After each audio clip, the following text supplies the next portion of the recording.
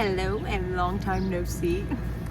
I have been totally absent like the last 2 weeks and I haven't made a video, which is totally fine because I have been super overwhelmed and busy, but everything that I was overwhelmed and busy with is kind of like totally flowing now. We had our farmers market Saturday and that was an awesome success.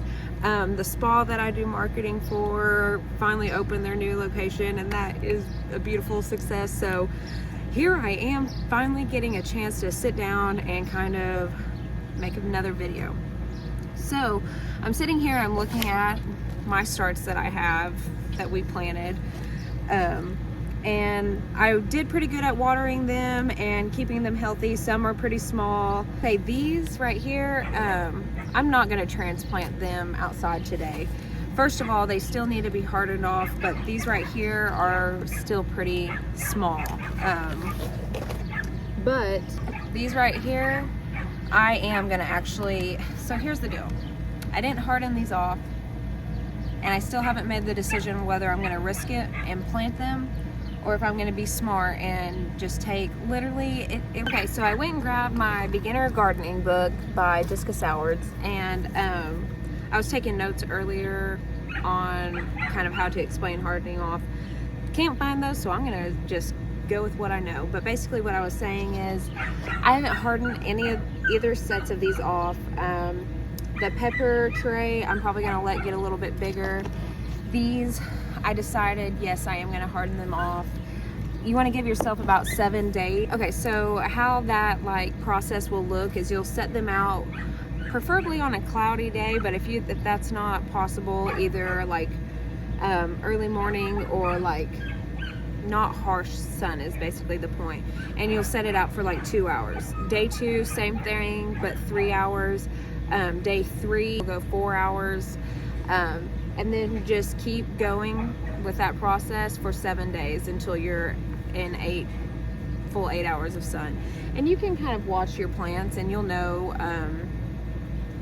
don't let them get sunburnt. If they're looking wilted and stuff, you go ahead and bring them back in, but you want to keep them really well watered and not in harsh sun. So I'm actually going to just, right now is not a great time to put them out. As you can see, the harsh sun is here, but I am always last minute and I always, I just have to go with the person that I am. I know that I'm not going to remember to do this in the evening when I have my kids, so we're gonna let them sit out. I'll watch them. I don't want them to get sunburned. I guess next week you'll see if, wow, she shouldn't have done that. I think we'll be fine though. But we're gonna go ahead and plant some plants that my mother-in-law has already started and she's had them outside for a while.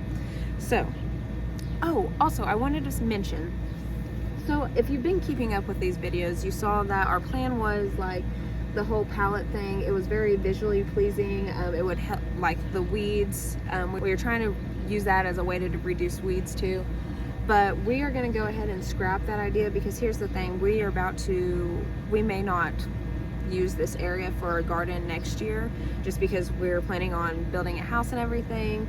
So we're just gonna cut into this fabric like you saw us lay, and I'll show you, and we're gonna plant because I mean we bought compost and bagged soil, but the thing is we have really good soil here, and the pallet situation was gonna be a lot of extra soil and dirt that we don't necessarily need. So we're gonna go with this and I'm gonna bring it along.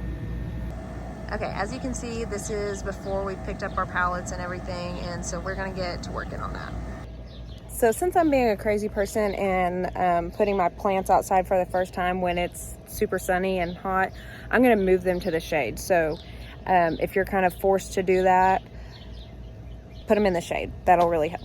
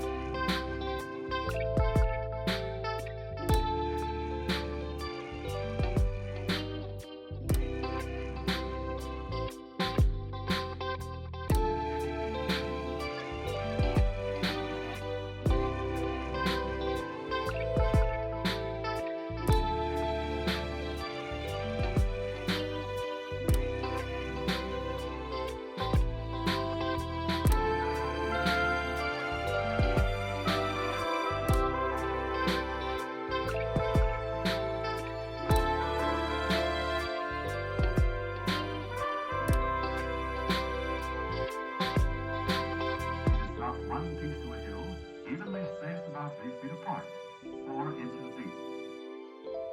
Covering may be done with plow or with hoe.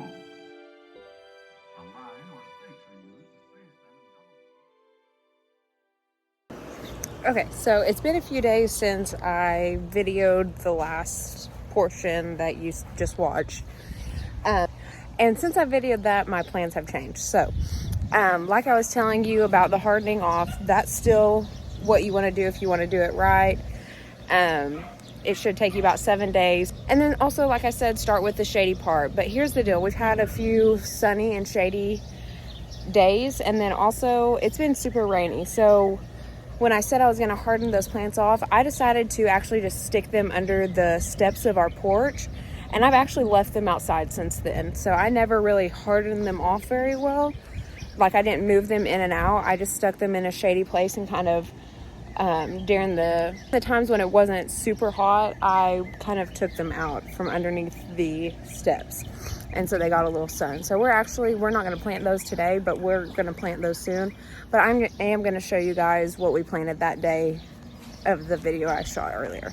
So this right here are the plants that I said I was going to harden off. I just kind of stuck them under our like little porch right here. So they're looking good. You can see like some of them burnt. You can see they got a little bit sunburnt.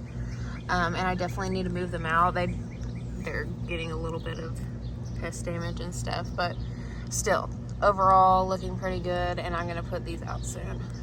Okay, on the video that it's already posted, you saw I just kind of planted this bed right here, and you can see everything coming up. That's like our peas. These are radishes right here. This is tomato. The eggplant I think got dug up by a chicken or something. You can see more of the peas popping up here, so that'll be super exciting. I don't see any actually peas setting, so it's really pretty though. Peas. And then here's some radishes. Super cool. Oh, you can even see that. How neat. Okay. See how he's already started to prune this one up. So this is the whole plant, and he just is cutting the stems except for those top ones. You can see where he's cut them here. Okay, so the day earlier on this video, we did okra all along this line. It's kind of like the back of our garden, so you can see it popping up. Woohoo! So that'll all be okra. We have a fence that's going to trellis right here. I did a tomato here,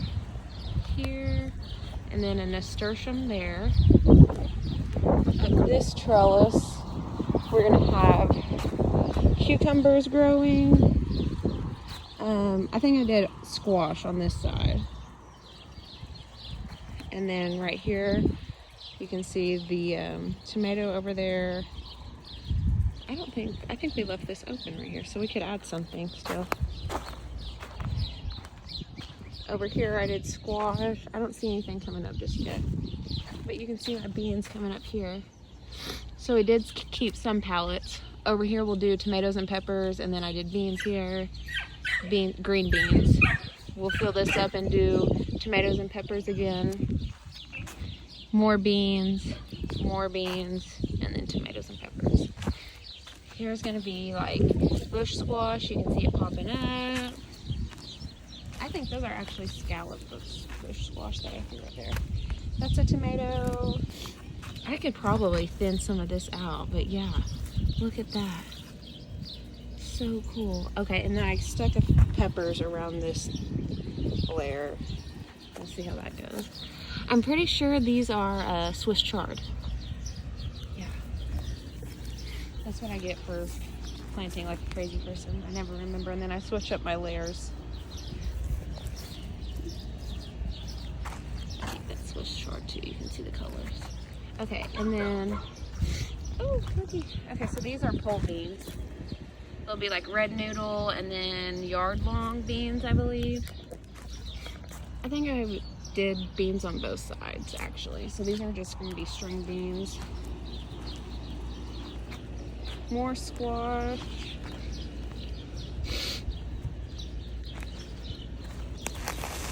And honestly, I cannot remember what we poked in those. Probably just more squash.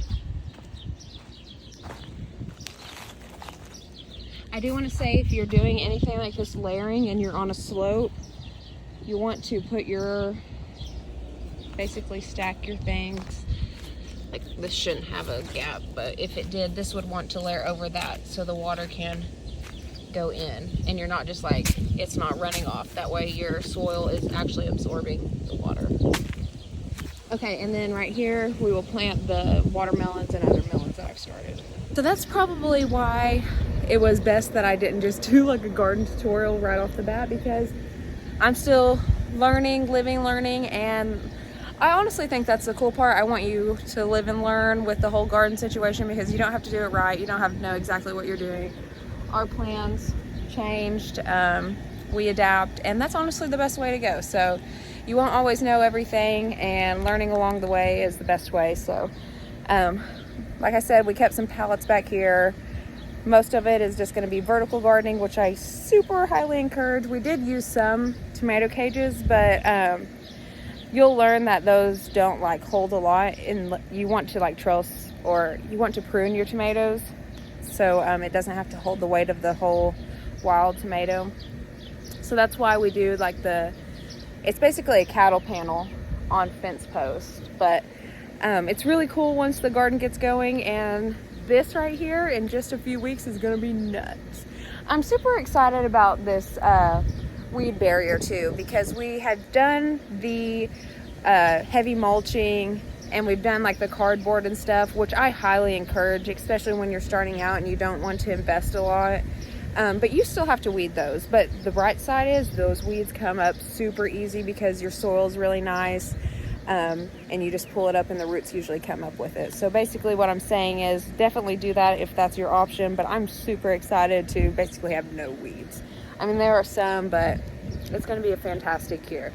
Thank you guys for watching this video. I'm all over the place, but I don't even know what I'll be showing you next video. Probably just a little update, and I'm sure I'll watch this and realize that there was things that I missed. But if you guys have any questions, I highly encourage you to leave them in the comment section below, so I kind of know what I need to be gearing my videos towards, and kind of just let me answer some of your questions. But so this will be posting this week, and Saturday we have our second farmers market. So I just want to give a shout out and say I hope to see you guys all there. It's going to be on the corner of Main and Broadway again from 9 to 1. So you guys come out and support your local farmers. We would love to have you, and we're excited to see you. Thanks, guys.